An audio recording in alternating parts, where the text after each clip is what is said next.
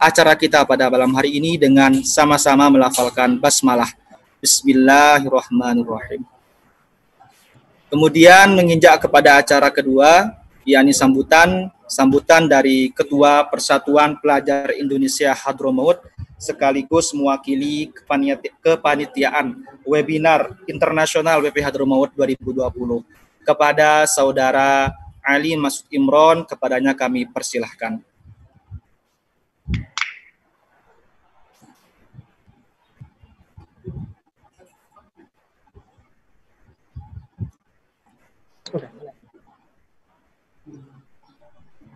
Silakan Saudara Ali Masud Imron.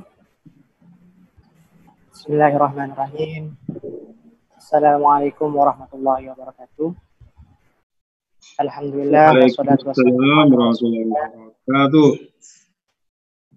Alhamdulillah wassalatu wassalamu ala Rasulillah Sayyidina Muhammad ibn Abdullah wa ala alihi wa sahbihi wa mawalah wa la hawla wa la quwata illa billah.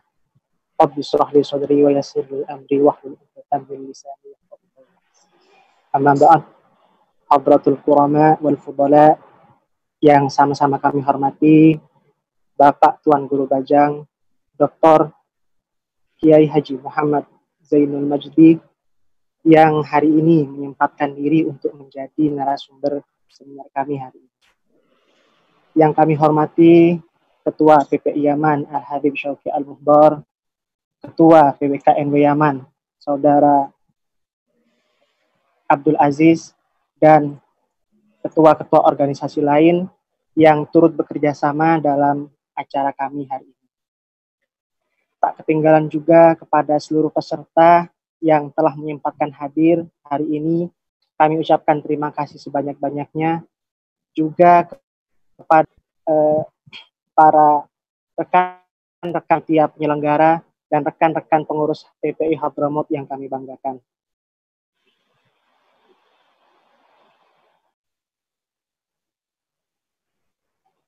Pertama dan yang paling utama, marilah kita panjatkan puja dan puji syukur kehadirat Allah Subhanahu wa Ta'ala, yang mana karena nikmatnya hari ini bisa bersama-sama menghadiri acara ini dalam keadaan sehat walafiat. Kedua kalinya salawat dan salam marilah kita panjatkan kepada Nabi besar kita, kasih kita, Nabi Muhammad SAW, serta para sahabat dan keluarganya. Alhamdulillah, hari ini kami berkesempatan untuk bersama-sama menghadiri acara ini. Saya selaku Ketua PPI Hadromaut sekaligus mewakili rekan-rekan panitia mengucapkan terima kasih yang sebanyak-banyaknya kepada para peserta, rekan-rekan panitia penyelenggara, dan khususnya kepada narasumber yang telah meluangkan waktunya untuk bersama-sama mengisi acara kami hari ini dan untuk kedepannya. PPI Hadromaut menghadirkan webinar ini adalah sebuah modifikasi dari seminar-seminar ilmiah yang biasanya kami adakan secara offline di masing-masing lembaga. Perlu diketahui bahwa saat sebelum pandemi, kami biasanya mengadakan seminar-seminar seperti ini di masing-masing lembaga pendidikan yang tersebar di seluruh wilayah.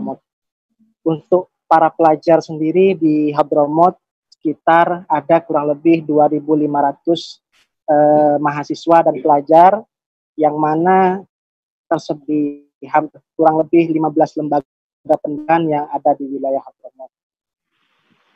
Karena adanya pandemi ini, kami belum bisa untuk mengadakan kembali seminar-seminar di lembaga-lembaga tersebut. Karena itu kami berinisiatif agar tetap program-program kami berjalan. Kami mengadakan webinar ilmiah bersama dengan webinar internasional bersama dengan tokoh-tokoh berpengaruh seperti Bapak Tuan Guru Bajang, kemudian Ustadz Suhur, dan staf sus Presiden Bapak Amil. Kami hari ini merasa sangat tersanjung karena Bapak Tuan Guru Bajang telah meluangkan waktunya untuk bersama-sama kami mengisi acara ini, Dan alhamdulillah ini merupakan kerjasama kedua kami bersama beliau. Beliau sebelumnya juga berkontribusi dalam event besar kami, yakni pagelaran Olimpiade Karya Tulis Ilmiah yang ke-12, yang alhamdulillah telah selesai beberapa bulan yang lalu. Semoga kerjasama ini bisa kami terus jaga dan kami lanjutkan. Insya Allah apabila tidak berhalangan, ke depannya kami akan terus berbenah untuk memperbaiki apa yang masih menjadi kekurangan kami. Kemudian insya Allah kami juga dalam webinar ini akan menghadirkan tokoh-tokoh berpengaruh lain yang telah kami sebutkan tadi, seperti Bapak Ustadz Yusuf Mansur, kemudian Bapak Staf Sus Bapak Aminuddin Ma'ruf, yang insya Allah akan kami selenggarakan dalam minggu-minggu ini. Terakhir, kami selaku panitia mengucapkan mohon maaf yang sedalam-sedalamnya apabila dalam persiapan sangat kurang ataupun ada ucapan dan perilaku kami yang kurang menyenangkan. Mohon dimaafkan. Wassalamualaikum warahmatullahi wabarakatuh. Waalaikumsalam warahmatullahi wabarakatuh. Terima kasih kami sampaikan kepada Saudara Ali Masud Imron yang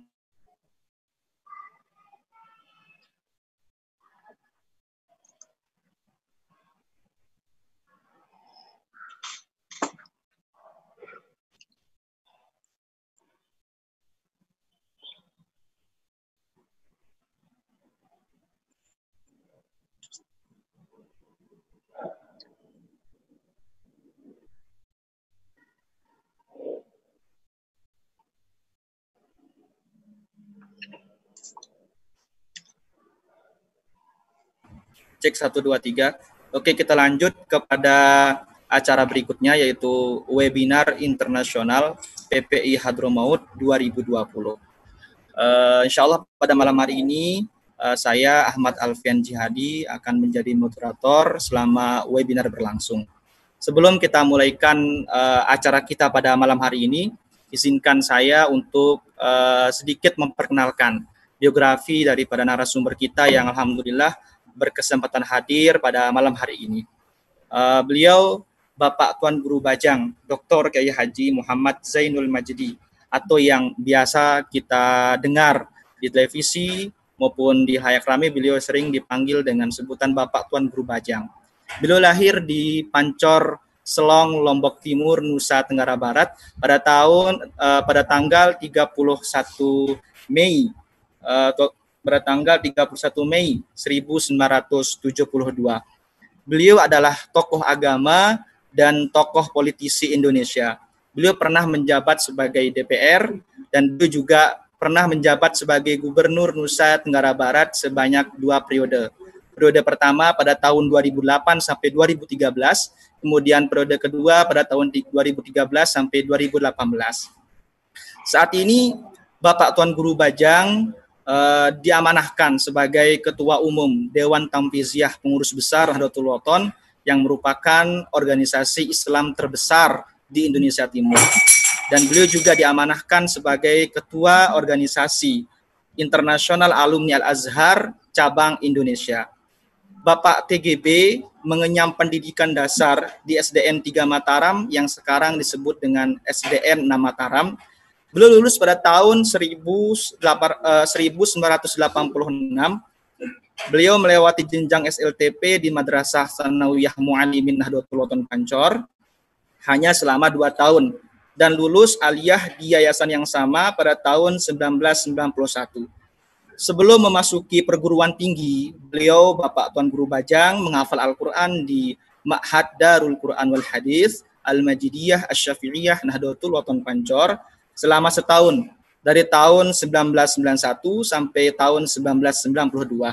Kemudian pada tahun 1992, Bapak Tuan Guru Bajang berangkat ke Kairo guna menimba ilmu di Fakultas Usuluddin jurusan tafsir dan ilmu-ilmu Al-Quran di Universitas Al-Azhar Kairo Mesir, dan lulus meraih gelar LC pada tahun 1996. 5 tahun berikutnya beliau meraih Master of Art dengan predikat dari Jiddan.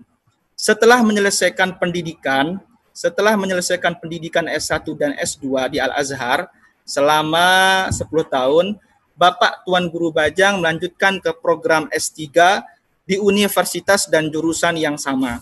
Jadi seperti khobar yang kami dengar, beliau Bapak Tuan Guru Bajang sambil menjalankan tugas sebagai Gubernur NTB, beliau juga menyelesaikan pendidikan S3 beliau di Al-Azhar Kairo, Mesir. Kemudian Bapak Tuan Guru Bajang pada bulan Oktober 2002 proposal disertasi beliau diterima dengan judul Studi dan Analisis terhadap Manuskrip Kitab Tafsir Ibnu Kamal Basha dari awal surah An-Nahl sampai akhir surah As-Saffat di bawah bimbingan Profesor Dr. Said Muhammad Dasuki dan Profesor Dr. Ahmad Syahak Ahmad. Beliau berhasil meraih gelar doktor dengan predikat summa cum laude pada hari Sabtu 8 Januari 2011 dalam munakosah sidang dengan dosen penguji beliau Profesor Dr. Abdul Hayy Hussein Al-Farmawi dan Profesor Dr. Al-Muhammadi Abdurrahman Abdullah As-Sulus. Itu dia tadi sedikit dari narasumber kita. Saya juga akan membacakan tatib selama webinar berlangsung. Yang pertama, 1, webinar akan berlangsung insya Allah kurang lebih selama 2 jam. Yang kedua, narasumber akan menyampaikan materi selama 45 menit. 3, setelah itu dilanjutkan dengan sesi tanggapan dari moderator dan dijawab oleh narasumber. Dan yang keempat, sesi tanya jawab selama 30 menit. Kemudian yang kelima, closing statement. Jika ingin bertanya, hendaknya peserta mengirim chat ke PIN Infocom PPI Hadromaut dengan menyebut nama dan domisili, kemudian cantumkan pertanyaannya. 7, selama berlangsungnya webinar, semua akun peserta akan di-silent oleh server panitia, kecuali jika diberi kesempatan untuk bertanya. Itu dia tadi sedikit aturan tata tertib kita selama webinar berlangsung. Oke. Pada kesempatan ini kita akan membahas tema dengan judul yaitu santri antara kitab klasik dan politik. Sebagaimana kita ketahui bahwa peran santri di Indonesia sudah tidak kita ragukan lagi. Dilihat dari banyaknya tokoh-tokoh nasional kaum sarungan yang telah mengambil kiprah dalam memperjuangkan bangsa Indonesia. Ini seharusnya menjadi pegangan kuat bagi kaum santri dalam memandang pentingnya berpolitik bagi santri. Menurut ulama, politik adalah cara atau jalan atau alat, bukan ghaiyah atau tujuan. Sebagai alat, Imam Al-Mawardi, seperti yang kita ketahui, beliau adalah seorang ulama besar, pengarang kitab fikih politik, termasuk mengatakan bahwa politik jika dilandasi agama akan baik, dan agama jika disokong politik akan kuat. Maka santri harus mengontrol itu, agar tetap berada dalam jalur kebaikan. Negara justru harus dipegang oleh orang-orang yang berkualitas santri, agar politik bisa membawa rahmat bagi seluruh manusia. Namun Bapak narasumber dan para peserta yang hadir pada kesempatan ini, seperti apa yang kita lihat pada saat ini, demi melihat kenyataan zaman sekarang, bahwa sebagian daripada tokoh-tokoh politik kita yang berlatar belakang kaum santri, justru sebagian daripada beliau-beliau semua tidak mempraktikkan apa-apa yang telah dipelajari atau prinsip-prinsip apa yang telah dipelajari selama di pesantren, dalam tanda kutip di sini melanggar hukum yang ada. Nah, sehingga muncullah paradigma bahwa alangkah baiknya seorang santri untuk tidak ikut terjun dalam dunia politik karena dianggap mempertahankan ideologi santri itu sangat sulit di tengah hiruk-pikuknya politik yang sering membutuhkan kong kali kong. Nah, dari sinilah muncul pertanyaan, seberapa pentingnya sebenarnya peran santri dalam berpolitik? Apakah sangat penting?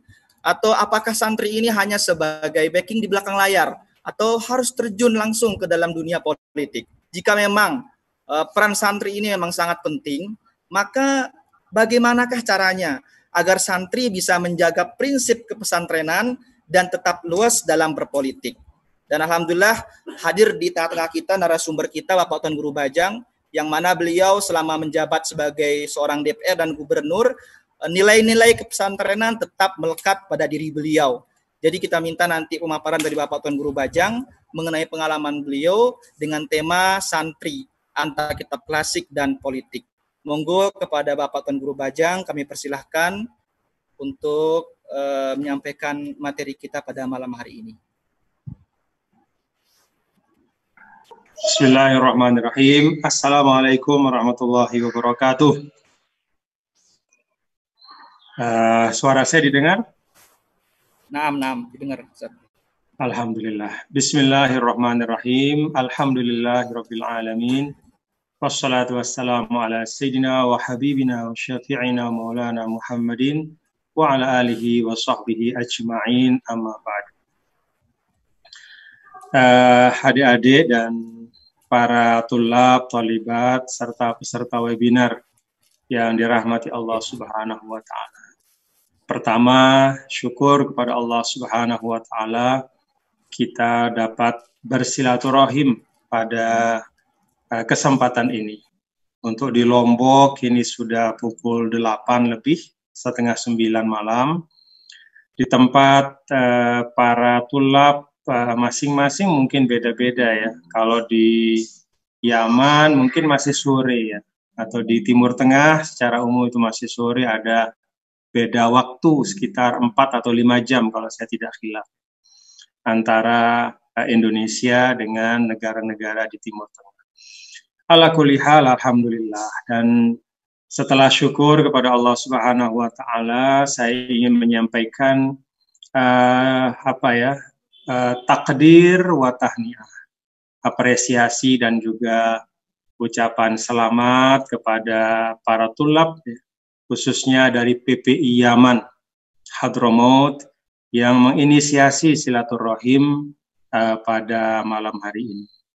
Saya selalu punya harapan baik ya, dan punya optimisme terhadap semua pelajar-pelajar kita yang belajar di Timur Tengah secara khusus.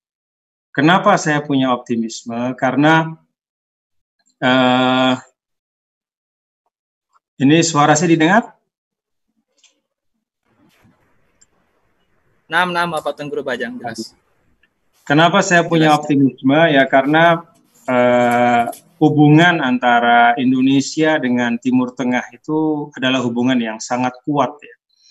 Dan rantai keilmuan, keislaman khususnya antara Indonesia dengan Timur Tengah itu sudah cukup lama terjalin. Kalau kita lihat dari perjalanan waktu ya, sejarah itu mencatat bahwa transmisi keilmuan Islam dari Timur Tengah itu sudah mulai sejak abad ke-17 ya.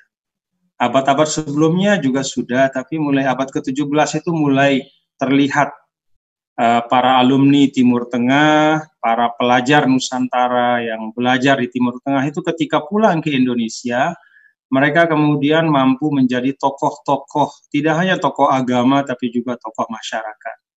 Menjadi musaqqafin, menjadi intelektual, menjadi ulama. Abad ke-17 misalnya kita bisa melihat ada Hamzah Al-Fansuri di Aceh, ada Nuruddin Ar-Raniri, kemudian ada Abdul Rauf As-Singkili ya.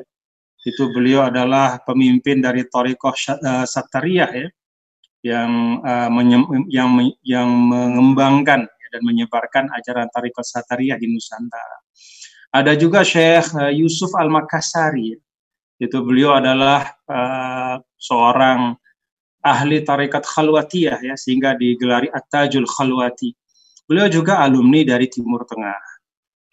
Nah, itu abad ke-17. Lalu kemudian setelah abad ke-17 itu abad ke-18, kemudian abad ke-19, itu semakin terlihat bagaimana para putra-putra Nusantara ya, yang belajar di Timur Tengah itu kemudian menjadi aktor-aktor penting ya. Tidak hanya di dalam penyebaran pemahaman keislaman yang kuat di tengah masyarakat, tapi juga menjadi penggerak di dalam menggelorakan semangat kemerdekaan. Nah, jadi kita ingat bahwa abad ke-19 ya, itu di Mesir, pertengahan abad ke-19 itu 1850, santri pertama dari, katakanlah dari tanah Nusantara atau dari Indonesia. Indonesia tentu belum ada ya, karena Indonesia itu kan 1945, negara kita bernama resmi Indonesia. Tapi dulu disebut dengan tanah Jawa atau tanah Nusantara. Itu ada Syekh Abdul Mannan namanya. Beliau dari Termas, dari Pacitan ya. Beliau pendiri dari Pondok Termas Pacitan itu. Beliaulah menjadi santri pertama di Al-Azhar ya pada 1850-an. Nah, kemudian beberapa waktu setelah itu semakin banyak santri-santri. Ini berbarengan ya. Di Kairo mulai banyak santri-santri, di Mekah tentu juga sudah semakin banyak pada waktu itu. Nah, kita bisa mencatat nama-nama misalnya Syekh Nawawi Al-Bantani, kemudian juga Syekh Zainuddin As-Sumbawi ya. Kemudian juga tentu Hadratus Syekh Kiai Haji Hashim Asy'ari, kemudian Kiai Haji Ahmad Dahlan, kemudian Al-Maghfurlah Kiai Haji Abdul Wahab Hasbullah, Kiai Haji Mas Mansur, kemudian Tuan Guru Maulana Syekh, Tuan Guru Muhammad Zainuddin Abdul Majid, dan banyak lagi. Itu semua adalah alumni Timur Tengah. Dan mereka ketika kembali ke tanah air itu ternyata tidak hanya berkiprah di dalam menanamkan pemahaman keislaman yang baik ya, membangun tamadun Islami ya, masyarakat yang Islami, tapi juga berjuang bagaimana agar kemerdekaan itu dapat diraih oleh kita melawan penjajah Belanda pada waktu itu. Nah, paralel ya, jadi antara Mekah kemudian Kairo itu paralel bergerak ya, antara membangun semangat intelektualitas atau membangun intelektualitas yang tinggi, juga sekaligus mengasah jiwa patriotis. Nah, ini yang ingin saya sampaikan kepada antum semua, kepada Anda semua ya, para santri tulab yang ada di Timur Tengah sekarang, yang ada di Yaman, kemudian saya nggak tahu yang hadir di webinar ini mungkin ada juga dari negara-negara yang lain. Nah, saya ingin agar Anda itu memahami betul ya bahwa Anda sekarang ini meneruskan ya satu proses alaqah ilmiah, islamiyah, ya, thaqafiyah, da'wiyah antara Timur Tengah dengan Indonesia. Jadi sebagaimana dulu para pendahulu kita ya, dari abad ke-18, 19 sampai pertengahan abad atau awal-awal abad ke-20 itu, beliau-beliau adalah selain menjadi ulama juga adalah para pejuang. Maka saya berharap dari semua para pelajar yang ada di Timur Tengah sekarang untuk merawat semangat ini. Jadi semangat Anda itu adalah semangat untuk tahsilul ulum, juga untuk memperkuat, mengokohkan komitmen kebangsaan, sehingga kapan saja ketika nanti pulang ke tanah air itu sudah memiliki pemahaman ya, tentang bagaimana Indonesia ini sebagai amanah Allah kita harus majukan bersama-sama. Nah, ini saya titip kepada Anda semua. Jadi jangan hanya belajar tentang ulum Islamiyah, tapi juga belajarlah tentang ar-ruhul watani, bagaimana membangun Indonesia ke depan. Karena Indonesia adalah amanah Allah dan kita semua akan ditanya oleh Allah Subhanahu wa taala secara kolektif maupun secara individual ya, bagaimana pertanggungjawaban kita dalam menunaikan amanah Allah ini, menjaga, merawat dan membangun Indonesia. Nah, karena itu saya senang ya, alhamdulillah pada malam hari ini diajak diskusi lah ya, atau sharing pengalaman ya tentang santri dan politik. Saya melihat bahwa webinar ini adalah bagian dari ihtimam ya, ihtimam atau concern dari para santri, para mahasiswa kita di Timur Tengah terhadap Indonesia. Jadi ini satu bentuk concern, berusaha memahami tentang apa yang terjadi di Indonesia dalam kerangka persiapan ya, nanti apa yang bisa kita kontribusikan ya untuk membangun bangsa kita. Tentu dalam bingkai nilai-nilai Islam yang memang inna sholati wa nusuki wa mahyaya wa mamati lillahi rabbil alamin. Jadi kerangkanya seperti itu. Jadi sekali lagi saya ingin menyampaikan tahniah wa takdir kepada Anda. Berikutnya saya ingin menyampaikan beberapa hal ya. Nanti mungkin kalau dirasa perlu kita berdiskusi ya kita berdiskusi. Mungkin ada beberapa hal yang perlu dielaborasi, ditahrir ya, diuraikan lebih panjang lagi nanti, atau kita bisa bisa berdialog ya. Yang ingin saya sampaikan itu pertama begini, bahwa politik ya atau as-siyasah itu bagian dari muamalah. Jadi dia bukan bagian dari syair ibadah mahdhah ya. Dia bukan seperti sholat ya, puasa, zakat yang merupakan rukun-rukun Islam ya, hal-hal yang sangat pokok ya.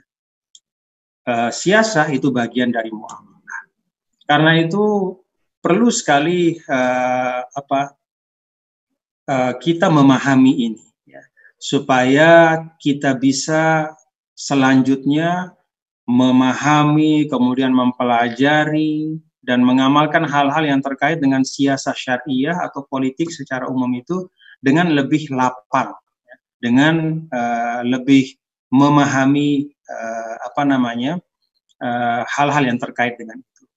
Jadi kita tidak confuse atau tidak berada pada kebingungan ya ketika kita melihat dinamika politik. Nah, politik itu bagian dari muamalah. Dalam Islam, ketika sesuatu itu bagian dari ibadah mahdhah, apalagi dia merupakan pokok, maka itu biasanya atau selalu diuraikan secara detail supaya tidak salah. Jadi yang diberikan itu selain prinsip-prinsipnya, juga juklaknya. Katakanlah misalnya sholat. Sholat itu kalau kita lihat ta'rifnya, itu ta'rifnya detail sekali. Tarif sholat itu kan kira-kira ada beda sedikit-sedikit ya, tapi kan yang banyak kita baca itu adalah af'alun, aqwalun wa af'alun makhsusatun muhaddadatun muftatahatun bitakbir mukhtatamatun bitaslim. Itu definisi sholat. Jadi ucapan-ucapan dan rangkaian perbuatan yang sudah ditentukan, sudah ditentukan ya, secara definitif ya. Jadi nggak boleh kita buat-buat lagi. Jumlah rakaatnya, rukun-rukunnya, tempat baca Fatihahnya di mana, ya, ruku, sujudnya dan seterusnya. Jadi muhaddadatun makhsusatun muhaddadatun. Bahkan lebih dari itu diikat lagi muftatahatun bitakbir wa muhtatamatun bitaslim. Diawali dengan takbir, diakhiri dengan ucapan salam. Ini satu contoh definisi suatu macam ibadah mahdhah. Jadi disebut dengan detail, sehingga tidak bisa kita berkreasi di dalamnya. Ya. Kalau bab ibadah itu babnya adalah ittiba, ya, ittiba. Jadi ikut saja. Nah, beda dengan muamalah. Ya. Maka kaidah yang paling pokok dalam muamalah itu kan di dalam rumusan-rumusan para ulama itu adalah al-ibahah ya. Jadi ada ruang untuk berkreasi. Maka kalau kita lihat definisi siyasah itu tercermin. Kalau kita lihat misalnya saya ambilkan ya salah satu dari definisi as-siyasah atau politik yang disebutkan oleh Abul Baqa misalnya dalam Al-Kulliyat beliau itu. Kan disebut apa itu siyasah? As-siyasah adalah istislahul khalqi bi irsyadihim ila tariqil munji ya, fil ajil wal ajil. Kalau tidak salah begitu. Jadi istislahul khalqi, yaitu suatu proses, ya. Istif'al itu kan menunjukkan ada proses, ya. Ada upaya, ada kerja. Istislah dari kata solah. Jadi yang dituju itu solah. Nah, solah ini bukan akhir, tapi dia adalah keadaan baik. Istislahul khalqi, memperbaiki makhluk. Memperbaiki makhluk biirsyadihim, ya. Yaitu dengan memberikan petunjuk kepada mereka, menunjuki mereka, ya. Ila tariqil munji, kepada sesuatu jalur yang menyelamatkan. Fil ajil wal ajil, ya. Di dunia dan akhirat. Nah, Anda semua bisa melihat, ya, bedanya definisi antara siasa dengan sholat. Itu mencerminkan bedanya antara muamalah dengan ibadah mahdoh. Jadi jangan dicampur. Jangan politik ini dianggap ibadah mahdoh, ya. Jangan juga sebaliknya ibadah mahdoh itu mau dipolitikkan. Ini satu titik yang sangat krusial dan penting di dalam memahami politik dalam pandangan Islam.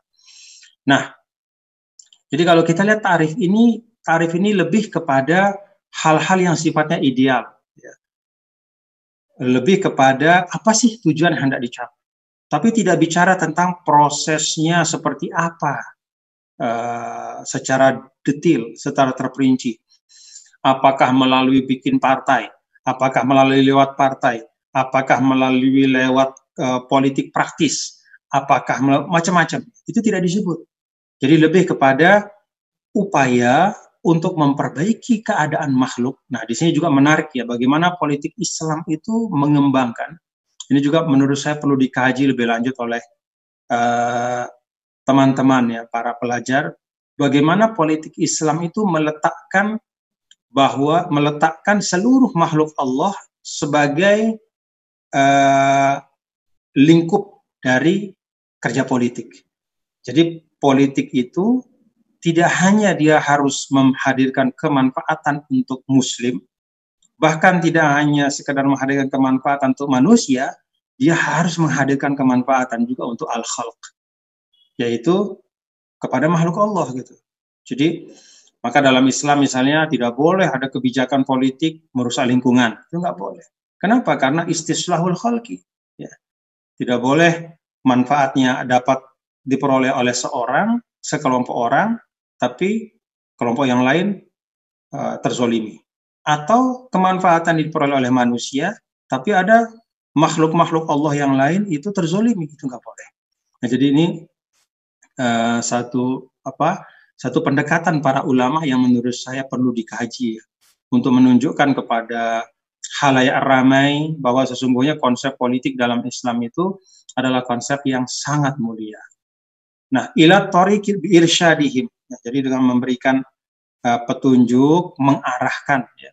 Nah, mengarahkan itu kan cakupannya sangat luas. Kemana? Ila tariqil munji, ya. Yaitu kepada jalur, kepada jalan, kepada hal yang menyelamatkan. Dan sekali lagi politik Islam itu punya keistimewaan, politik dalam pandangan Islam, bahwa kemaslahatan yang hendak dicapai itu tidak hanya fil ajil, ya, yaitu di dunia ini saja, kan dunia ini sebentar, ya. Berapa lama kita di dunia? Tapi kerja-kerja politik itu juga harus menjadi bagian yang menghadirkan kebaikan di akhirat. Artinya kerja-kerja yang menghadirkan kemaslahatan, ya, yang membawa kepada kebaikan, yang membawa kepada keselamatan, yang semuanya itu adalah bagian yang akan mendapatkan ganjaran terbaik di akhirat. Nah, jadi ini yang pertama yang ingin saya sampaikan, bahwa politik itu adalah muamalah. Karena itu mohon maaf, ya, saya mengajak kita semua juga untuk lebih berhati-hati, ya, di dalam melaksanakan kerja-kerja berbicara dalam konteks politik, ya. Jangan terlalu cepat kita mengecap bahwa diri kita lah satu-satunya, misalnya politik kita lah atau kelompok kita lah satu-satunya atau yang paling cocok dengan aspirasi Islam. Belum tentu, ya. Atau sebaliknya kita mengecap kelompok yang berbeda dengan kita, bahwa dia adalah kelompok misalnya karena beda dengan kita lalu kita cap, wah dia kurang Islami misalnya. Itu hati-hati, karena kalau kita lihat dari definisi ini, maka sesungguhnya setiap kerja-kerja yang baik, ya, kerja-kerja politik yang baik yang ada dimensi duniawi dan ukhrawinya di situ, itu adalah sesuatu yang perlu didukung bersama. Walaupun beda-beda jalurnya, walaupun tidak sama pendekatannya, tetapi dia tetap dalam kerangka istislahul khalq. Nah, ada definisi yang lain itu, apa itu siasah? Ini hampir sama dengan yang pertama tadi. Maka naminal af'al bihaitsu yakunun nas ma'ahu aqraba ila shalah wa ab'ada 'anil fasad. Wa illam yashra'hu Rasulullah sallallahu alaihi wasallam wala nazala bihi wahyu. Nah, ini menarik lagi. Apa itu politik? Politik itu adalah segala sesuatu, ya, aktivitas, perbuatan, ucapan, aktivitas, kebijakan di mana manusia dengannya, ya, itu menjadi lebih dekat kepada kebaikan dan lebih jauh dari keburukan. Walaupun wa illam yashra'hu Rasulullah sallallahu alaihi wasallam, walaupun tidak pernah disyariatkan langsung oleh Rasul. Ya. Tidak pernah disyariatkan langsung oleh Rasul. Artinya contoh secara detailnya nggak pernah diberikan oleh Rasul. Wala nazala bihi wahyun, dan tidak pula ada ayat Al-Qur'an yang secara khusus menyebut tentang itu. Tapi ketika sesuatu itu memang menghadirkan kemanfaatan, menjauhkan manusia dari kemudaratan, menghadirkan kemanfaatan, maka dia termasuk siasah yang baik. Nah, jadi ini penting ya, teman-teman dan para pelajar untuk meletakkan politik itu pada tempatnya. Dia adalah bagian dari muamalah sehingga ada kelapangan di situ. Yang kedua, ya, politik itu kalau dalam pembahasan Ahlus Sunnah wal Jamaah itu banyak dibahas dalam kitab Al-Imamah, ya, di dalam pembahasan tentang imamah. Imamah dalam Ahlus Sunnah wal Jamaah itu laisat min usuliddin. Ini yang kedua yang ingin saya sampaikan. Bahwa urusan-urusan kepemimpinan atau politik secara umum itu bukan termasuk pokok agama. Ya. Jadi dalam Ahlus Sunnah wal Jamaah itu sepakat. Kalau kita baca misalnya Aduddin Al-Iji, ya, atau Sa'ad At-Taftazani di dalam Al-Mawaqif, ya, Syarah Mawaqif, itu jelas bahwa as-siyasah atau al-imamah itu bukan termasuk pokok agama. Nah, hanya kelompok Syiah yang menjadikan imamah itu sebagai aslun min usuliddin. Karena dalam Syiah itu kan berimam kepada imam-imam yang kalau Syiah Isna Asyariyah itu kepada 12 imam, itu termasuk rukun agama. Jadi kalau tidak beriman kepada yang 12 itu berarti imannya nggak sempurna. Kalau kita Ahlus Sunnah wal Jamaah tidak. Jadi siyasah atau imamah itu bukan merupakan pokok agama. Karena itu, maka para ulama itu mengajarkan kita untuk tidak boleh gampang-gampang sekali lagi kita menggunakan istilah-istilah yang memiliki muatan teologis. Misalnya gara-gara beda partai, kafirkan orang. Gara-gara beda pandangan politik, mengatakan, wah ini fasik. Gara-gara misalnya calon presidennya beda, wah ini berarti munafik dan segala macam. Tidak boleh. Karena dalam Ahlus Sunnah wal Jamaah, imamah laisat min usuliddin. Dia bukan merupakan pokok agama. Artinya apa? Keimanan, keislaman seseorang itu sudah sempurna tanpa ada kaitannya dengan secara langsung, ya, tanpa ada kaitannya secara langsung dengan urusan-urusan politik. Nah, ini yang kedua yang ingin saya ingatkan supaya kita meletakkan politik itu pada tempatnya. Apa arti meletakkan politik pada tempatnya? Bahwa politik itu memang penting. Karena di situ ada ranah kebijakan. Apalagi kalau kita lihat definisi-definisi tadi itu kan bagus sekali itu politik. Jadi yang tidak ada di politik dalam penjelasan para ulama itu politik adalah bagaimana untuk ngakalin orang, itu tidak ada. Politik itu bagaimana meraih kekuasaan dengan segala cara, tidak ada. Kalau dalam Islam itu al-ghayah la tubarrirul wasilah. Tujuan tidak menghalalkan segala cara. Jadi the end doesn't justify the mean, ya, kalau tidak salah begitu, bahwa tujuan itu tidak menghalalkan cara-cara. Tujuan baik, caranya nggak baik, nggak boleh dalam Islam. Nah, kita lihat definisi itu bagus-bagus semua tentang politik. Penting politik itu, tapi politik bukan segala-galanya. Nah, jadi mari kita letakkan politik ini seperti wilayah aktivitas kehidupan yang lain. Kan dalam kehidupan ini kita banyak ruang ya, dalam muamalah ya. Muamalah ini. Jadi ada ruang politik, ada ruang sosial, ada ruang ekonomi, ada ruang budaya, ada ruang apa lagi? Banyak sekali ya. Ada ruang ilmu pengetahuan, riset teknologi. Nah, ini semua ruang. Nah, tugas dari kita semua, semua umat Islam ya, kita semua, kalau menggunakan tafsir dari ulama, misalnya wal takum minkum ummatun yad'un, ya. Kalau saya dalam konteks sekarang itu lebih suka min di sini bukan litab'id tapi lil bayan. Wal takum minkum ay wal takun antum kullukum, ya. Minkum itu bukan ba'dukum tapi antum, kita semua. Jadi semua kita ini punya kewajiban dakwah, siapapun itu.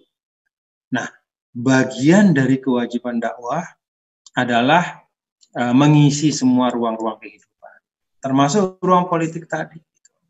Jadi politik adalah satu ruang aktivitas kontribusi kita aktivitas yang bisa kita isi ya dengan hal-hal yang baik ya, karena dia memang berpengaruh untuk kehidupan. Tapi sekali lagi politik bukan segala-galanya. Ya, jadi kita ini bukan orang yang melihat bahwa politik itu segala-galanya sehingga segala sesuatu bisa dikorbankan untuk politik. Bahkan kadang-kadang agama juga dikorbankan untuk politik. Dan yang lain-lain semua dikorbankan. Kita bukan seperti itu. Politik itu satu ruang muamalah. Ada ruang yang lain namanya ruang pergaulan sosial. Ini juga harus kita isi. Jangan ngisi ruang politik saja, akhirnya ruang silaturahim sosialnya hilang. Bicara politik saja silaturahimnya putus. Gara-gara beda pandangan udah nggak mau teguran. Nauzubillah misalnya. Ada ruang ekonomi. Bicara politik saja tapi ekonominya lemah. Padahal kata Rasul kadal faqru ayyakuna kufra. Ada ruang politik, ada juga ruang pendidikan, ilmu dan teknologi. Ngomong politik aja teknologinya mundur. Ya mohon maaf, kita ini malam ini bisa bicara begini ya, dari tempat-tempat yang beda, waktu kita beda-beda ya, tapi bisa dalam kesempatan seperti ini. Ini kan teknologi orang luar juga. Zoom ini bukan umat Islam yang menciptakan. Zoom ini yang menciptakan orang Cina. Kita bisa bicara. Nah, jangan sampai kita bicara tentang politik, lalu kemudian ada sisi-sisi kehidupan lain yang sangat penting untuk kemajuan umat itu justru kita tinggalkan. Nah, saya ingin, ini yang kedua yang ingin saya sampaikan ya. Yang kedua apa yang ketiga gitu ya. Yang ketiga mungkin ya, bahwa yang pertama tadi politik itu muamalah, ya. Beda dengan ibadah mahdhah. Yang kedua bahwa politik itu bukan merupakan pokok agama. Ya. Artinya orang bisa sempurna iman Islamnya tanpa ada kaitan secara langsung dengan politik. Dan yang ketiga bahwa politik itu harus diletakkan pada tempatnya. Ya. Dia penting tapi bukan segala-galanya dan bukan satu-satunya. Jadi mohon maaf ini para pelajar misalnya di Timur Tengah yang sekarang lagi belajar nih, jangan karena alasan Anda misalnya punya concern ya, melihat ingin belajar tentang politik lalu kemudian ta'alumnya Anda itu terbengkalai. Jangan. Jadi al-aslu itu Anda belajar memahami ilmu keislaman ya, karena dengan memahami itu juga itu bagian yang sangat baik di dalam membangun fondasi aktivitas apapun. Mau jadi politisi, mau jadi pedagang, mau jadi pendidik, mau jadi segala macam, nilai-nilai dari apa yang dipelajari sekarang itu sangat penting. Karena itu belajar yang utama. Nah, jadi ini yang ketiga yang saya sampaikan, bahwa politik itu penting, tapi bukan segala-galanya. Yang keempat, para sahabat sekalian, ketika Islam tidak memberikan panduan yang detail ya, terhadap politik dalam arti A sampai Z, ya, bagaimana caranya, jalannya seperti apa, ditunjukkan secara detail, tidak ada. Ya, seperti halnya misalnya kalau sholat itu kan detail sekali ya. Shollu kama ra'aitumuni usolli misalnya. Tidak ada misalnya politik sebagaimana kalian melihat aku berpolitik, itu enggak ada. Nah, Islam tidak mendetailkan, tapi Islam dalam politik itu memberikan mabadi. Jadi ada prinsip-prinsip yang yang diajarkan oleh Islam sebagai nilai-nilai yang tidak boleh terpisah ketika kita berpolitik. Jadi politik kita itu dengan mengingat hal-hal ini. Berpolitik itu dengan menjadikan hal-hal ini sebagai acuan. Yang pertama itu salah satu mabadi ya, atau prinsip-prinsip dalam Islam terkait dengan politik adalah al-wahdah. Al-wahdah itu artinya persatuan. Nah, persatuan ini bukan berarti tidak boleh beda. Jadi dalam Islam itu ikhtilaf itu nggak masalah. Setiap hari kita kalau belajar fikih, ikhtilafal ulama, ikhtilafal fuqaha, nggak pernah ada masalah.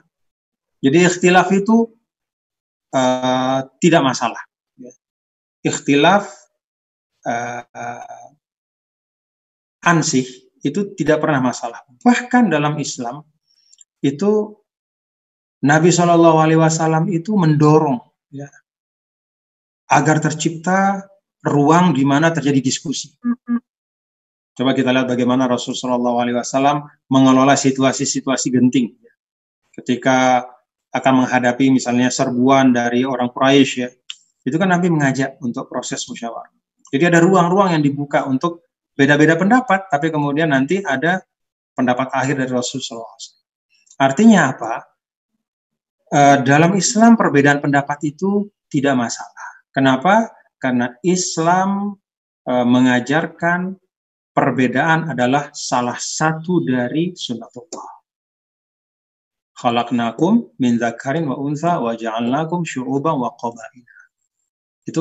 Itu bahasa Al-Hujurat ya, dalam suratul Hujurat, ya ayuhan nas inna khalaqnakum min dzakarin wa untha wa ja'alnakum syu'uban wa qabaila lita'arafu. Jadi ikhtilaf itu enggak masalah.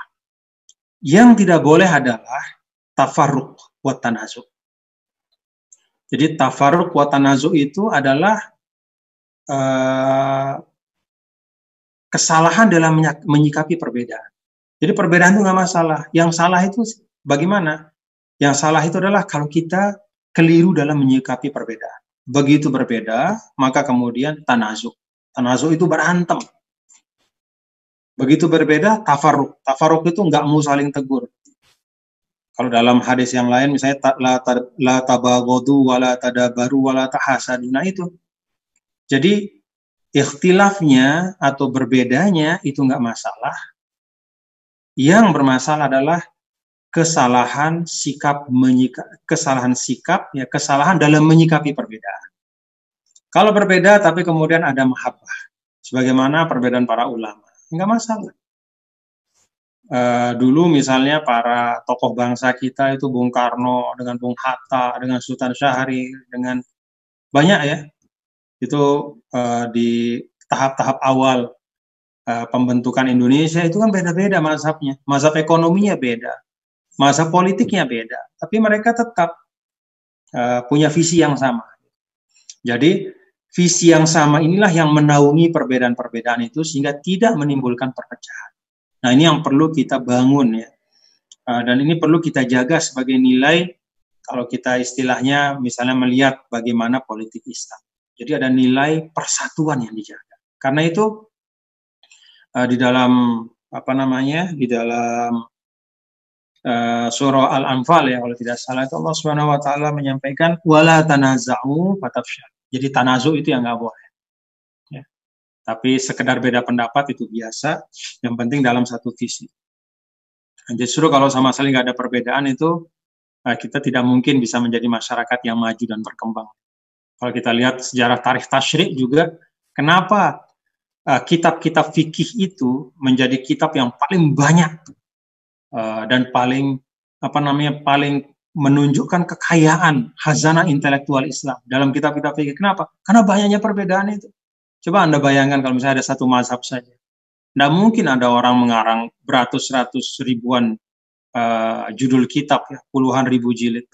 Nah, semua itu berkembang karena memang ada kekayaan pemikiran, ada perbedaan pandangan, perbedaan pendapat. Nah, ini menurut saya penting juga dipahami bahwa persatuan itu bukan berarti nggak boleh beda, ya.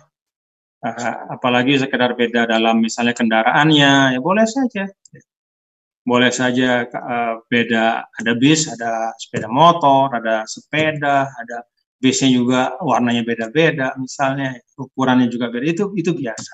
Tapi jangan sampai begitu berada di jalan yang sama, begitu bis ini jalan, dia lihat di sampingnya ada mobil jeep, misalnya dia senggol, jeep ditabrak, supaya jeepnya itu jatuh masuk jurang, itu yang nggak boleh. Itu yang namanya tanazu itu.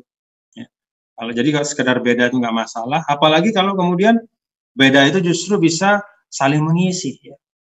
Ada banyak kendaraan, ketika ada yang satu mogok, yang satu berhenti, kemudian penumpangnya misalnya dialihkan ke kendaraan yang lain. Atau kemudian misalnya, kenapa mogok? Oh, bensinnya habis, dikasih bensin. Itu ilustrasi bahwa fil ikhtilaf nastati ana ta'awan. Walaupun ada perbedaan, tapi kita bisa saling membantu dan mendukung. Nah, jadi kembali kepada tadi bahwa nilai dalam dalam politik Islam itu yang penting itu, yang pertama itu, salah satu yang utama itu adalah al-wahdah, yaitu kesamaan visi. Nah, persatuan ya ini diikat oleh kesamaan visi. Kenapa bisa hadir persatuan itu? Persatuan itu hadir ya karena salah satu diantaranya kata ulama itu ada ukhuwah. Maka kenapa para ulama kita sering sekali menyebutkan ya tentang ukhuwah Islamiyah, tentang ukhuwah wataniyah, tentang ukhuwah basyariyah? Karena itulah ya, ukhuwah itu, rasa bersaudara itulah yang membuat perbedaan itu menjadi sesuatu yang dapat memperkaya kita bersama. Ya, tapi begitu ukhuwah ini hilang, maka perbedaan itu menjadi permusuhan. Itu sebabnya kan ulama selalu menyampaikan kita, dan itu disampaikan oleh para ulama karena mengambil spirit dari Al-Quran. Innamal mu'minuna ikhwatu. Jadi ada ukhuwah di situ. Di sini disebut ukhuwah imaniyah. Nah, di tempat-tempat yang lain, ayat yang lain ada ukhuwah insaniyah. Ayuhan nas inna khalaqnakum, itu ukhuwah insaniyah. Ada juga misalnya ukhuwah wataniyah. Dalam arti bahwa kita diciptakan secara naluri insting bahwa kita dekat rasanya, lebih dekat rasanya dengan orang yang satu kampung misalnya, atau satu suku misalnya, atau satu bangsa misalnya. Itu sesuatu yang diciptakan oleh Allah ya untuk nilai yang positif, untuk sesuatu yang baik.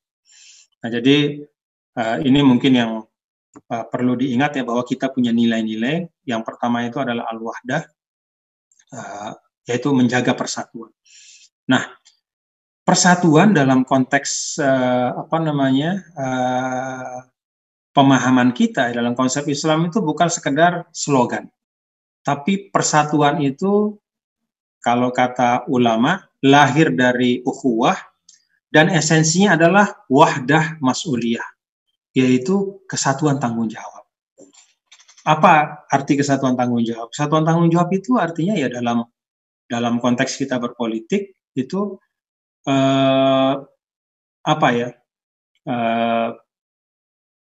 kalau ilustrasi Rasul gitu, ma'amanabi man bata syab'anan wajaruhu ja'iun fi jambihi wa huwa ya'lam. Atau kama qala alaihi salatu wassalam. Tidaklah sempurna iman seseorang kepadaku kalau dia tidur malam kenyang, di sampingnya ada tetangga yang kelaparan dan dia tahu tetangganya kelaparan. Nah, ini ada mas'uliyah. Maka politik dalam Islam itu bukan ego pribadi, ya, tapi melihat bagaimana kemaslahatan untuk semua. Ada juga misalnya mabda atau prinsip dalam Islam itu al-musawat. Al-musawat itu artinya persamaan, kesetaraan. Jadi tidak boleh ada satu pihak yang merasa dia lebih tinggi dari yang lain. Kalau kata Sayyidina Umar, matas ta'battumun nas waqad waladatuhum ummahatuhum ahram. Jangan kamu menjajah orang. Sejak kapan kita ini dibolehkan untuk menjajah orang? untuk menindas orang. Padahal mereka semua itu lahir dari ibu-ibu mereka dalam keadaan merdeka. Jadi ada kesetaraan. Jadi seluruh kita manusia ini dalam kesetaraan. Bahkan tidak hanya antar manusia, kita juga diperintahkan kepada makhluk-makhluk Allah yang lain itu juga menghormati dan memuliakan mereka. Nah, ini satu nilai juga yang penting ya, yang selalu disampaikan oleh para ulama ketika bicara tentang berpolitik dalam Islam. Nah, kemudian juga ada prinsip adalah keadilan, kemudian ada al-hurriyah, kebebasan, ada asyuro, permusyawaratan. Intinya apa, para sahabat sekalian, bahwa Islam itu meletakkan politik ya, as-siyasah itu sebagai suatu instrumen penting untuk menghadirkan kebaikan bagi makhluk Allah. Maka ada prinsip-prinsipnya. Tapi sekali lagi, politik bukan segala-galanya. Nah, kembali kepada definisi yang kedua yang saya sampaikan itu, bihaitsu yakunun nas ma'ahu aqraba ila shalah. Jadi ketika kita mulai bekerja ya, atau katakanlah misalnya mau berkecimpung dalam politik, kita harus ingat definisi ini supaya nggak lepas. Jangan sampai kemudian berpolitik kita itu mengikuti arus. Jadi pastikan betul bahwa kita punya kompetensi dan kita memang punya kekuatan, punya kemampuan berupa keteguhan hati, punya ilmunya juga untuk bisa ikut berkecimpung di situ dan berupaya untuk menghadirkan kebijakan sesuatu yang menyebabkan orang bisa mendapatkan kemaslahatan kebaikan, masyarakat bisa mendapatkan kemanfaatan dan kebaikan, dan semakin jauh dari kemudahan. Wa ab'ada anil fasad. Nah, ini yang penting ya sebagai etos politik ya, bahwa siapapun dalam Islam kalau dia ingin berpolitik, maka yang di kepalanya itu adalah bihaitsu yakunun nas aqraba ya, ila shalah wa ab'ada anil fasad. Bagaimana kita bisa menghadirkan sesuatu yang membuat masyarakat itu bisa lebih baik. Ya. Ibadahnya lebih baik, dunianya lebih baik, ya, akhiratnya lebih baik. Ya, itulah politik. Jadi beda ya, di titik ini jelas sekali perbedaan antara politik dalam Islam dengan politik yang biasa kita baca di buku-buku politik ya, bahwa politik itu adalah seni mencapai kekuasaan. Nggak ada dalam siasat syariah ya, ulama-ulama kita bicara seperti itu, nggak ada. Ya. Politik adalah bagaimana mencari kekuasaan dengan segala cara misalnya. Tidak ada. Jadi selalu bicara tentang hal-hal yang baik. Nah, ini menurut saya penting sehingga kita bisa berkontribusi ya kepada teman-teman, para sahabat juga. Jangan terbawa pada arus persepsi. Persepsi bahwa politik itu kotor, nggak benar. Politik itu tergantung orangnya, dia itu wadah. Apalagi kalau kita lihat politik sebagai definisi, ya per definisi itu sungguhnya sangat mulia. Istislahul khalqi, ya, memperbaiki makhluk. Nah, jadi siapa orang-orang yang bisa menghadirkan kebaikan-kebaikan dalam politik? Ya orang-orang yang memiliki pemahaman tentang nilai-nilai yang baik. Dan dalam pandangan saya, para santri itu adalah orang-orang yang memiliki konsep yang baik tentang kehidupan. Juga memiliki bekal yang diperlukan, bekal-bekal dasar yang diperlukan untuk bisa ikut berkontribusi dalam dunia politik. Tapi sekali lagi, politik bukanlah ranah satu-satunya. Jangan sampai semua bicara politik lalu lupa bahwa ada ruang ekonomi, sosial, budaya, ya, pendidikan, riset, dan teknologi yang justru lebih penting untuk diisi oleh kita semua. Kira-kira itu yang dapat saya sampaikan ya, kepada para sahabat sekalian, dan nanti mungkin kalau diperlukan kita bisa sedikit pendalaman. Syukran katsiran. Assalamualaikum warahmatullahi wabarakatuh. Waalaikumsalam warahmatullahi wabarakatuh. Terima kasih kami sampaikan kepada Bapak Tuan Guru Bajang yang telah menyampaikan materi mengenai tema kita pada malam hari ini, yaitu santri, antara kitab klasik dan politik. Bagaimana kita menyeimbangkan antara prinsip kesantrian dan politik yang sudah terjadi pada saat ini. Dari pemaparan beliau tadi banyak hal faedah-faedah yang dapat kita ambil, mulai dari beberapa poin yang beliau sampaikan tadi mengenai pandangan-pandangan politik dalam Islam yang memang setelah kita mendengar dari kalam dari Bapak Tuan Guru Bajang tadi bahwa politik yang digambarkan di dalam Islam adalah tidak seperti politik yang digambarkan yang kita ketahui di bangku sekolah gitu. Tadi ada politik adalah suatu hal yang sangat penting, namun tidak menjadi hal yang utama. Politik bisa menjadi wasilah, karena politik di sini adalah suatu muamalah, kata beliau. Namun Bapak Tuan Guru Bajang, ada iskal dari kami dari panitia webinar di sini mengenai tentang masalah tema kita pada malam hari ini. Tadi Bapak Tuan Guru Bajang menjelaskan bahwa seorang yang akan terjun ke dalam dunia politik itu harus memiliki etos, dalam artian kemampuan dia, niat dia, dan dia mengetahui dan meyakini bahwa politik ini adalah sebagai wasilah untuk memberikan kemaslahatan kepada orang banyak. Namun kami mungkin perlu bertanya, dan mungkin Bapak Tuan Guru Bajang pernah mengalami ini sesuai dengan pengalaman Bapak Tuan Guru Bajang selama menjabat sebagai DPR dan Gubernur, yakni ketika kita menjadi misalkan terjun dalam dunia politik, seorang santri terjun ke dalam dunia politik, kemudian bagaimana menyikapi jikalau di sekeliling seorang santri yang terjun di dalam dunia politik tadi itu menemukan sesuatu yang bertentangan dengan prinsip kita sebagai seorang santri. Dalam artian mungkin ketika terjun dalam dunia pemerintahan itu dia dihadapkan dengan sesuatu yang tidak sesuai dengan prinsip-prinsip sebagai seorang santri. Terlebih di dalam anggota DPR gitu ya. Karena ada anggapan bahwa kita tidak sepenuhnya dalam tanda kutip bisa bersikap jujur sesuai idealisme kita, dan harus mengalah untuk kepentingan yang lain.